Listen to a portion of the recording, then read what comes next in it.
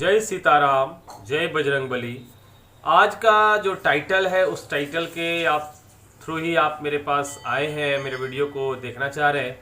तो आप सबसे पहले ये जान जाए कि घर पे आप अर्जी लगाते हैं या बागेश्वर धाम में जाकर अर्जी लगाते हैं, उसके बाद हम पूजा पाठ किस नियम से करें या फिर ब्रह्मचर्य का पालन कैसा होता है, ब्रह्मचर्य का पालन किस तरह से किया जाता है, अर्जी लगाने के बाद प्रतिदिन का पूजा किस हिसाब से रखें, किस नियम का पालन करें, जो कि आपकी अर्जी तुरंत अगर लग गई है तो बहुत अच्छा, नहीं लगी है तो लग जाए और आपकी मनोकामना जो है, जिस मनोकामना के लिए आपने अर्जी लगाई है वो मनोकामना भी पूर्ण हो, आपका जो भी काम बिगड़ा हुआ है वो बन जाए और मतलब कहे तो बजरंगबली का आप सेवक बन जाए, आपके घर में बजरंगबली बालाजी का वास हो जाए, आपके घर से नकारात्मक ऊर्जा हमेशा के लिए खत्म हो जाए और पॉजिटिविटी यानी सकारात्मक ऊर्जा आपके घर में प्रवेश करे।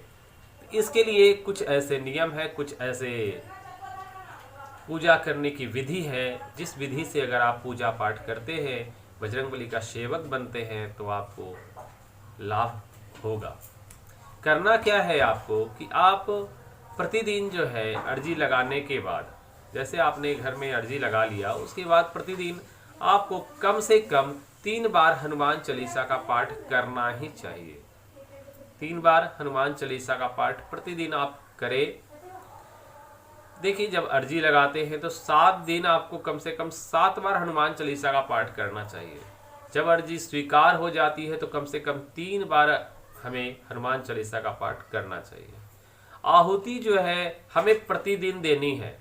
अर्जी लगा लिया, उसके दूसरे दिन से यानी जिस दिन अर्जी लगाए उस दिन से आप आहुति प्रतिदिन सन्यासी बाबा के नाम से कम 5 बार दे और बागेश्वर ओम बागेश्वराय नमः मतलब बागेश्वर धाम के नाम से भी 5 बार आहुति आप प्रतिदिन दें। अर्जी लगाने के बाद 7 दिन इस तरह से अगर नियम पूरा कंटिन्यू आप करते हैं, आपको ब्रह्मचर्य का मतलब क्या होता है और ब्रह्मचर्य का पालन कैसे करना है, ये भी बात मैं आज आपको क्लियर कर देता हूँ। जैसे कुछ माताएं बहनें या फिर हमारे दोस्त मित्र मेरे भाइयों शादीशुदा होने के बाद वो समझ जाते हैं कि ब्रह्मचर्य क्या है, लेकिन जो शादीशुदा नहीं है वो सोचते हैं मैं तो हमेशा ब्रह्मचर्य में ही हूँ, ब्रह्मचारी ही हूँ। तो कुछ गलतियाँ हो जाती है जिसके कारण मैं आपको आज ब्रह्मचर्य का नियम बता देता हूँ कि जैसे आपने अर्जी लगाई तो 7 दिन के अंदर आपको 4 दिन जो है ब्रह्मचर्य का पालन करना ही है, क्योंकि 4 दिन के 5 दिन 6 दिन के अंदर में ही आपको सपने में बंदर दिखने लगते हैं और आपकी अर्जी स्वीकार हो जाती है। इस यानी आपको कम से कम 4 दिन तक ब्रह्मचर्य का पालन करना है। और जो हमारे बिना शादीशुदा यानी ब्रह्मचर्य में अभी हैं, वो अभी शादी में नहीं बंधे हैं, तो उनके लिए क्या है कि आप 4 दिन नहीं, जब तक आपकी शादी नहीं होती है, अगर आप बजरंगबली के सेवक बनते हैं तब तक आप ब्रह्मचर्य का पालन ऐसे करें। जैसे देखिए, आप ब्रह्मचर्य का मतलब होता है स्त्रियों के प्रति गलत विचार ना रखना, दूसरे माताओं और बहनों को अपने माता और बहन के हिसाब से उन्हें समझना।